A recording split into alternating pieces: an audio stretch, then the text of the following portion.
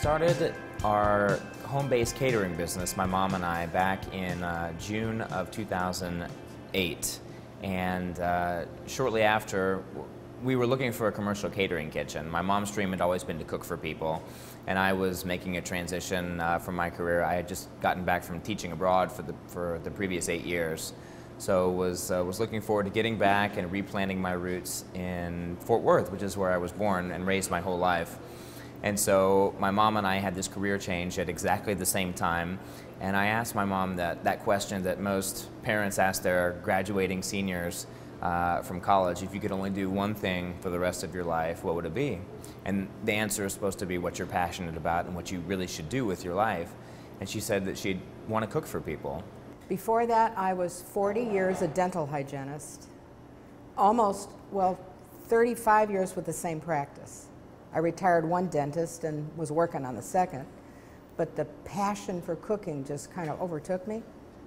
Cooking to me is an act of love, and so if you're happy or you're sad, I work through things when I cook, I celebrate when I cook, everything happens when I cook. We needed a commercial kitchen because to sell to the public, you have to cook out of a permitted, safe commercial kitchen. And so I got on the phone and immediately called everybody. I called, who has commercial kitchens that they're not always using besides restaurants? Okay, well, schools. So I called every single school in Fort Worth, and they either couldn't or they wouldn't. They made up an excuse. I called churches, because most of them have kitchens. None of them would do it. I got so desperate, we called bingo parlors and donut shops to try and use their kitchen, on off-peak hours. And we just couldn't find anything, so we had to put everything on pause. And one day, I was taking a tour of Samaritan House because I wanted to learn more about HIV and AIDS and special needs here in our own backyard in Fort Worth. And I remember being on that tour, and we walked by the kitchen, and I kind of stuck my head in there, and because I had kind of kitchen on my mind, find a kitchen. And they had a nice commercial kitchen. I talked to the president there and offered to provide some box meals for them for their board meetings in exchange for a couple hours a week. A few months later, we found out that in the Community Arts Center in Fort Worth, there was a little space that had been previously used as a little cafe, and it was opening up, and it was offered to Samaritan House to provide jobs for their employees. They thought maybe they could operate it as a little cafe or a snack bar. And so that same president of Samaritan House said, well, we'd love to create jobs for our employees and use that space, but we don't know anything about food, but we just met somebody who does, and that was us. Of course, we were floored because we had no experience. We were so green. And when he said, would you be interested in taking over the cafe in the Community Arts Center, I said, absolutely. And then I got in the car and I thought, what have I said? What have I done? I have no idea what we're doing.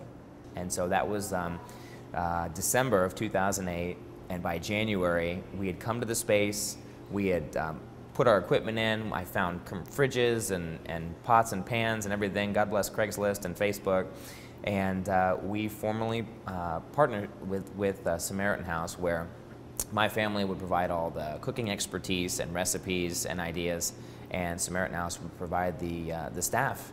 And there are a number of low-income individuals at Samaritan House that were just looking for a second chance to get out and really shine. Because the mission of Samaritan House, really, they rescue, they rehabilitate, and they relaunch people. So we took people that all they wanted was an opportunity. They're good people, they're good workers, I love them to death. And we gave them an opportunity, and boy, did they take off. Initially it was hard because no one knew what they were doing, including us. So we kind of scrambled for a while. But eventually it all caught on because even customers knew we cared in general. We cared about the quality of the food, we cared about our employees, we cared about them. And so it was a real special bond. And I can't really explain it, but the community came out in such support of us. As a matter of fact, we had people come in just to volunteer just because. We had a lovely man from Panera Bakery in town come and say, we're redoing our patio. I have 7 tables and 21 chairs. Would you like to have them? And I said, well, I guess I'm upgrading my patio too because I have nothing out there but concrete. Not only did he give us the patio chairs and tables, but the next day he personally delivered them.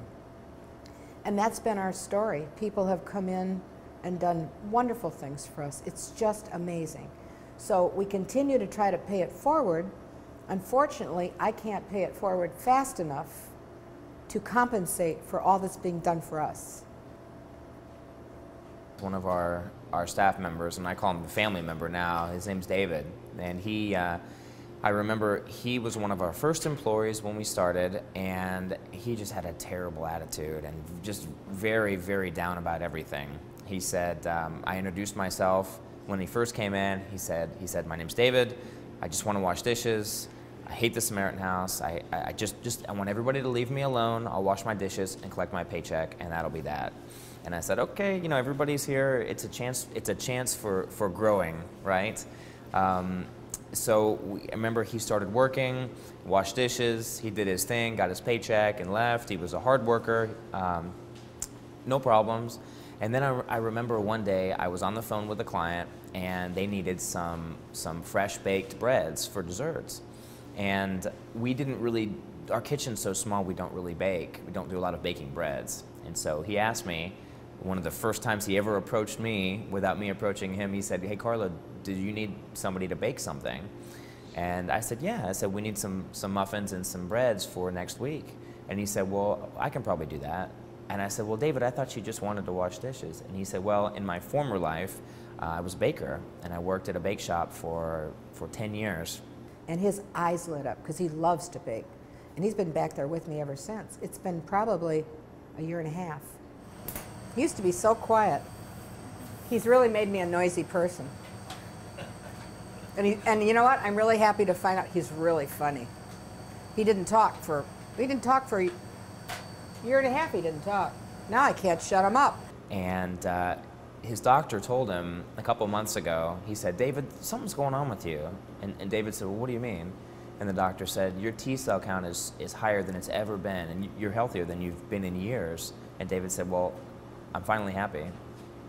And so that really is a testament to the power of second chances and the power of believing in somebody and giving someone a second chance, because you'll never know what hidden talents or passions people have unless you give them an opportunity to shine.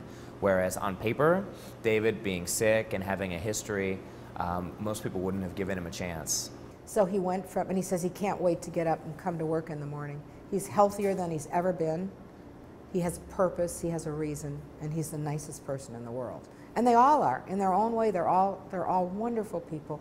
They just want a chance. And so not every person who walks through the door, not every person from Samaritan House is successful as David, but a lot are. And I think if you can make that difference in one person's life, then you can, how many other stories are there just waiting to be told and people just waiting to come out of their shell? We've actually partnered with another program called Cuisine for Healing. They provide meals 3 times a day, 7 days a week for qualified cancer patients. And so right now we're cooking lunch and dinner for 8 cancer patients every day and boxing them up and sending them over to Cancer Care Services. It's a great program we started, and it's amazing to hear the feedback from the people who are going through chemotherapy and radiation. And they're recovering faster because of this food. It's hormone-free. We use grass-fed beef and free-range chicken and no processed foods. It's all really, really healthy. But this is what we package them in, and they're all ready for the microwave. So all people have to do is just stick them right in the microwave. We try to do them beautifully. We try to do them colorfully and do them in a way that's eye-pleasing.